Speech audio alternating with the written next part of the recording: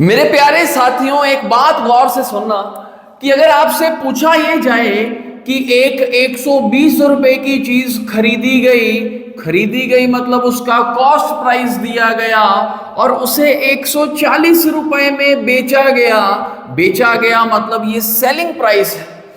अगर 120 की चीज को 140 रुपए में जो है वो बेचा जाता है तो आपसे पूछा यह गया कि इस केस में प्रॉफिट या लॉस परसेंटेज क्या है। तो लॉस तो भाई आप निकाल ही नहीं सकते क्योंकि लॉस यहां पे हुआ ही नहीं है। हुआ क्या है? प्रॉफिट। पूछा क्या गया है? Profit percentage. प्रॉफिट परसेंटेज के लिए आप ये कहेंगे कि 20 रुपए का प्रॉफिट हुआ और प्रॉफिट हमेशा कॉस्ट प्राइस के रिस्पेक्ट में देखा जाता है।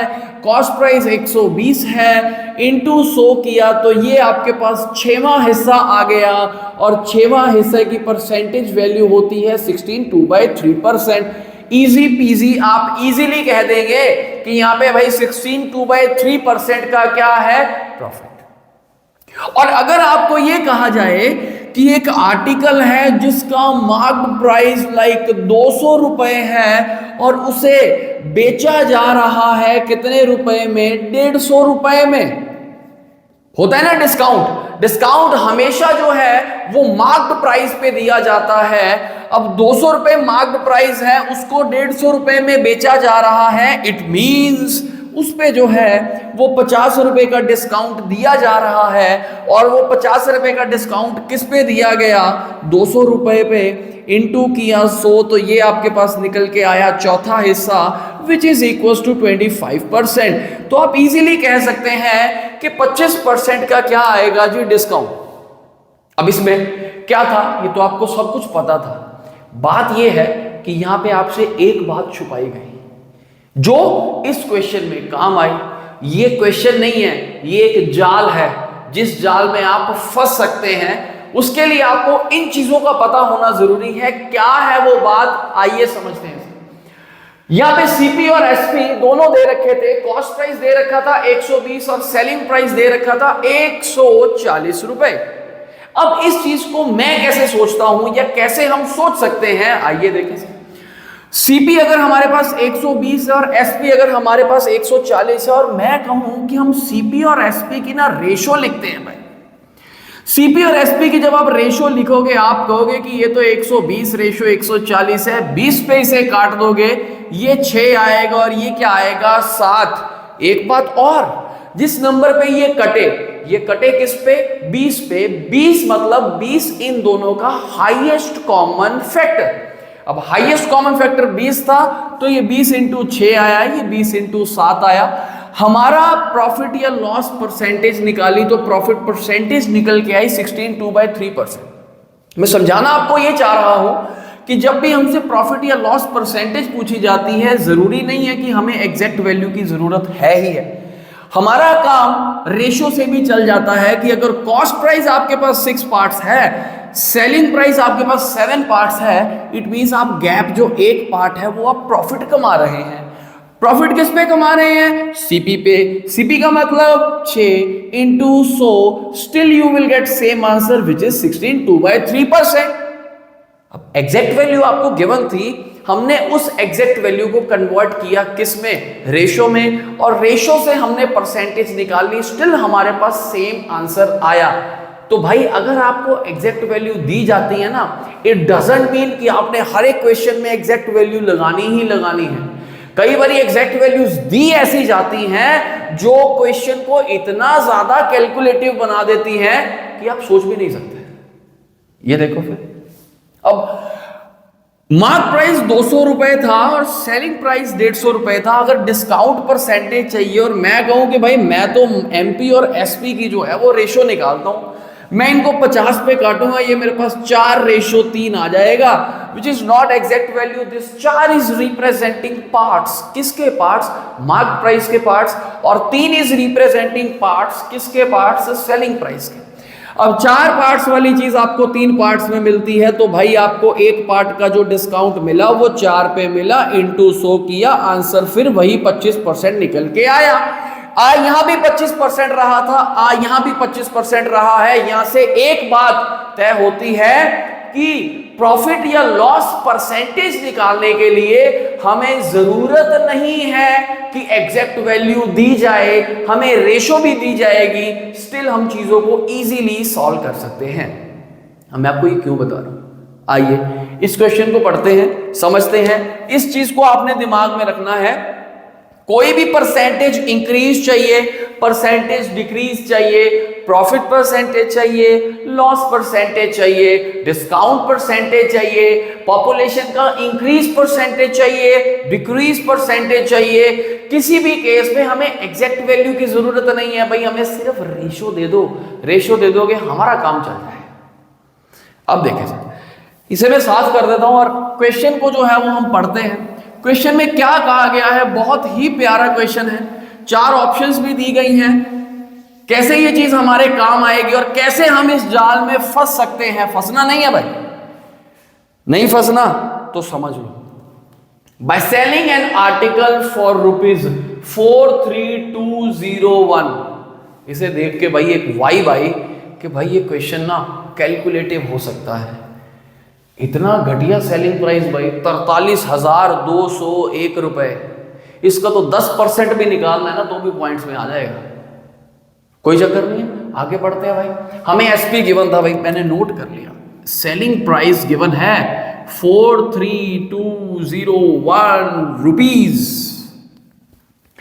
Meesho allows a 25% discount and earns 28% profit।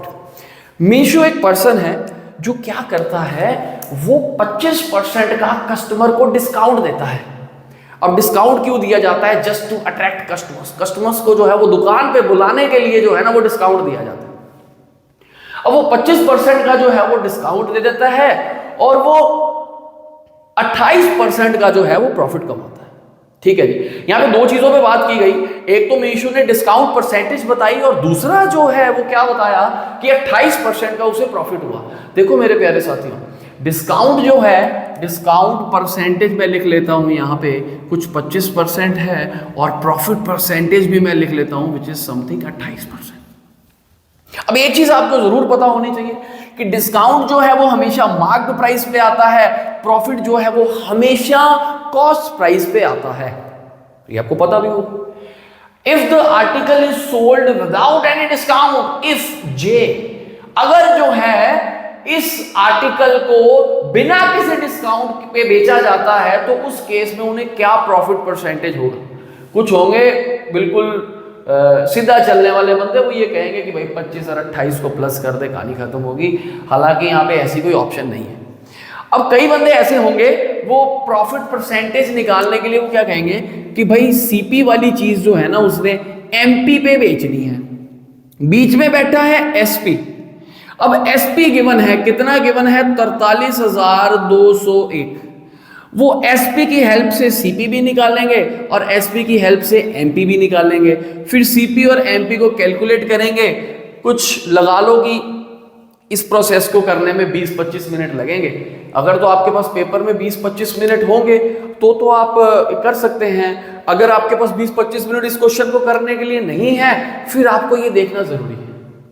ये देखो भाई, अब बात ये आई कि 28% का प्रॉफिट है। 28% का मतलब होता है कि 100 रुपए वाली चीज उसने 128 में बेच दी। इट मीन्स ये 128 पार्ट्स जो है वो एसपी है।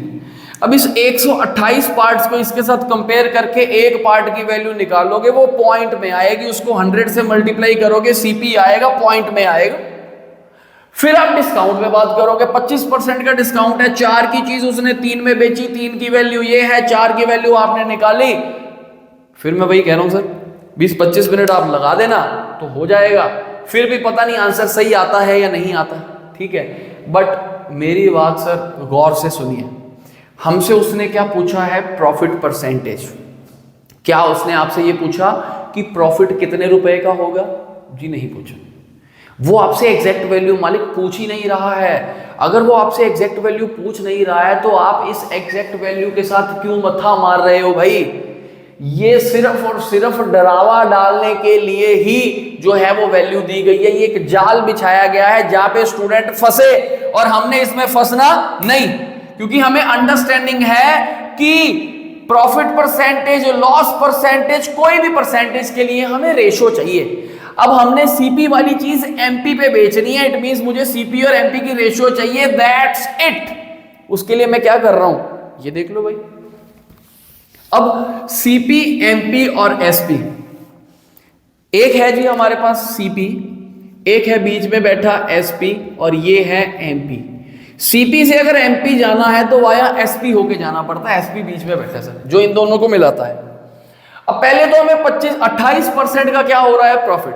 अब 28% की कईयों को फ्रैक्शन वैल्यू पता होगी, नहीं भी पता होगी, आप सीधा लिख लो सर 100 रुपए वाली चीज कितने में चलेगी, 128 में चलेगी।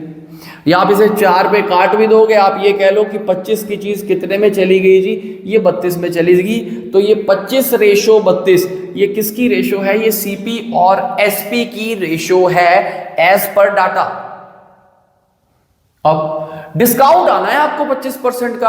अब डिस्काउंट किस पे आता है ये आपको पता नहीं, तो आप कंपटीशन से पहले ही बाहर हो गए। 25% का डिस्काउंट आएगा, वो किस पे आएगा, वो आएगा मार्क प्राइस पे। 25% की फ्रैक्शन वैल्यू होती है 1/4 माइनस, इट मींस 4 की चीज आप कितने में बेच रहे हैं, 3 में। This is MP, this is SP, this is CP, this is SP. इसे हम रेशो में कहते हैं कि वी हैव 2 रेशियोज, हमारे पास 2 रेशियोज हैं। अगर 2 रेशियोज हैं और उन 2 रेशियोज को हम मर्ज करना चाहते हैं, क्योंकि हम सीपी और एमपी का डायरेक्ट रिलेशन निकालना चाहते हैं, तो उसके लिए हमें एसपी के थ्रू मर्ज करना पड़ेगा। 32 और 3, जब आप इनका एलसीएम लेंगे तो वो आपके पास 32 × 3 आ जाएगा। आप इसे 32 से मल्टीप्लाई कर दें, इसे आप 3 से मल्टीप्लाई कर दें, इसे आप 3 से मल्टीप्लाई करें, इसे आप 32 से मल्टीप्लाई करें, ये आप समझ गए होंगे। यहां 3 से किया तो यहां भी करना पड़ेगा, क्योंकि ये रेशो की प्रॉपर्टी है। अगर आपने एक नंबर के साथ छेड़खानी की और वही छेड़खानी दूसरे के साथ नहीं की तो गुनाह है भाई। यहां पे भी 32 से मल्टीप्लाई, यहां पे भी 32 से मल्टीप्लाई, इसका कोई काम नहीं है सर। एसपी भगा दो, हमें चाहिए थे सीपी और एमपी। लो जी, 25 × 3 ये हमारे पास आ गया है जी 75, और हमें क्या चाहिए, एमपी। ये हमारे पास आ गया 4 × 32, 30 × 4 हमारे पास आ जाएगा 120, और 8 कितना आ गया जी, 128। It means this is CP and this is MP, और इनकी ये क्या आ गई, रेशो। क्या उससे पंगा लेने की जरूरत है सर, है ही नहीं भाई। देखो भाई, 75 पार्ट्स पे खरीदा, 128 पार्ट्स पे बेचा, तो 28 पार्ट्स ऊपर वाले, 25 पार्ट्स ये 100 से पहले वाले, ये टोटल जो है वो कुछ 53 पार्ट्स का प्रॉफिट आया। 53 पार्ट्स का प्रॉफिट किस पे आएगा, सीपी पे आएगा। सीपी कितना है, 75, इंटू करेंगे आप 100, तो ये 25 × 3 आएगा, 25 × 4 आएगा, 50 × 4 हो गया 200, 4 × 3 हो गया 12, so it is 212/3। So this is 3 × 70, ये हमारे पास चला गया 210, बचा कितना 2, नीचे कितना 3। तो इस केस में जो नेट प्रॉफिट परसेंटेज आएगा दैट इज इक्वल्स टू 72/3%। ये मिक्स्ड फ्रैक्शन दी गई है, इसे 70.66% भी जो है वो कहा जा सकता है। तो मेरे प्यारे साथियों, इस क्वेश्चन को समझाने का मेरा सिंपल सा मतलब ये था कि ये जो वैल्यू है ना भाई, जिस बंदे ने इसके साथ पंगा लिया उसका कुछ नहीं बचेगा। इस क्वेश्चन को करेंगे कैसे, इस क्वेश्चन को ऐसे ही कर सकते हो, this is the only way. अगर आपने इसको एग्जाम में जल्दी करना है तो। हाँ, अगर आपने पेपर में ठान नहीं ली कि भाई मैंने क्वेश्चन ही एक करना है, फिर तो भाई अब आपको कैसे रोक सकते हैं sir, you are unstoppable sir. चलते जाओगे चलते जाओगे चलते जाओगे, 25 मिनट में आप एक नंबर जो है वो ले लोगे सर, वो बड़ी अचीवमेंट रहेगी आपके लिए। तो बात यही है कि इन सब चीज़ों का जो है वो हमें पता होना चाहिए कि एग्जैक्ट वैल्यू की हमें ज़रूरत नहीं थी, एग्जैक्ट वैल्यू जो है सिर्फ हमें डरा रही थी। तो इस चीज़ को आप जो है बड़ा केयरफुली देख लें सर, ठीक है। तो अगर ये आपको वीडियो अगर नहीं भी समझ आया तो आप इसे एक बार दोबारा देख सकते हैं, चीज़ें जो हैं वो क्लियर हो जाएंगी। और अगर आपको ये वीडियो अच्छा लगा तो आप इसे जो है वो लाइक करें, दोस्तों के साथ शेयर करें, और चैनल को अगर सब्सक्राइब नहीं किया तो उसे सब्सक्राइब जरूर कर देना। और एप्लीकेशन जो लर्नर्स पैराडाइज की बनाई गई है उसका जो है वो लिंक हम डिस्क्रिप्शन में दे रहे हैं, वहाँ पे हम फ्री टेस्ट वगैरह जो है वो डालते रहते हैं। तो जो भी अपने फ्री मॉक टेस्ट वगैरह लगाना चाहते हैं वो वहाँ जाके एप्लीकेशन को डाउनलोड करके फ्री मॉक टेस्ट जो है वो लगा सकते हैं। Thank you so much.